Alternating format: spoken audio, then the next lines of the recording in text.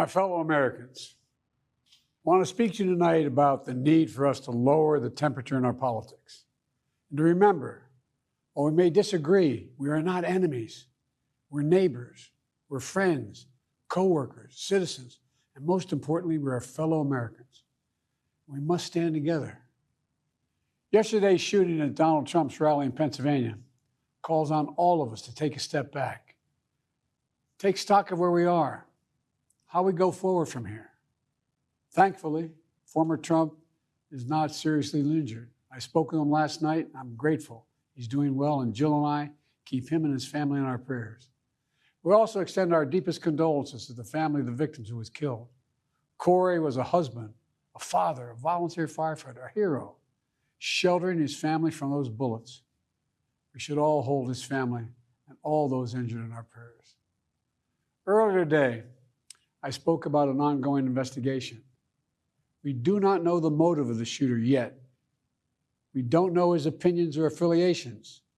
We don't know whether he had help or support, or if he communicated with anyone else. Law enforcement professionals, as I speak, are investigating those questions. Tonight, I want to speak to what we do know. A former president was shot, an American citizen killed, while simply exercising his freedom to support the candidate of his choosing. We cannot, we must not go down this road in America. We've traveled before throughout our history. Violence has never been the answer.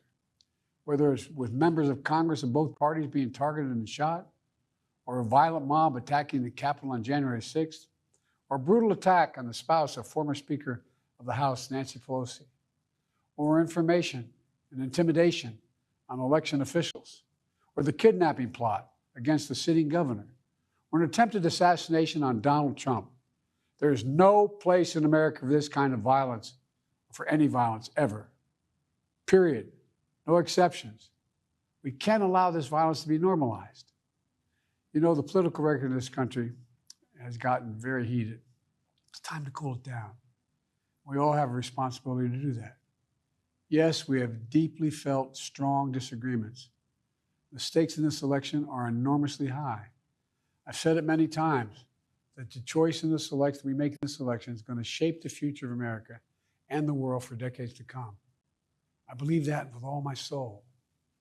I know that millions of my fellow Americans believe it as well. And some have a different view as to the direction our country should take. Disagreement is inevitable in American democracy. It's part of human nature. But politics must never be a literal battlefield, and God forbid, a killing field. I believe politics ought to be an arena for peaceful debate, to pursue justice, to make decisions guided by the Declaration of Independence and our Constitution. We stand for an America, not of extremism and fury, but of decency and grace. All of us now face the time of testing as the election approaches. And the higher the stakes, the more fervent the passions become. This places an added burden on each of us to ensure that no matter how strong our convictions, we must never descend into violence. The Republican convention will start tomorrow. I have no doubt they'll criticize my record and offer their own vision for this country. I'll be traveling this week making the case for our record and the vision, my vision of the country, our vision. I'll continue to speak out strongly for our democracy, stand up for our Constitution and the rule of law, to call for action at the ballot box, no violence on our streets. That's how democracy should work. We debate and disagree. We compare and contrast the character of the candidates, the records, the issues, the agenda, the vision for America. But in America, we resolve our differences at the battle box. You know, that's how we do it, at the battle box, not with bullets. The power to change America should always rest in the hands of the people, not in the hands of a would-be assassin. You know, the path forward through competing visions of the campaign should always be resolved peacefully, not through acts of violence. You know, we're blessed to live in the greatest country on earth, and I believe that with every soul, every power of my being. So tonight, I'm asking every American to recommit, to think about it. What's made America so special?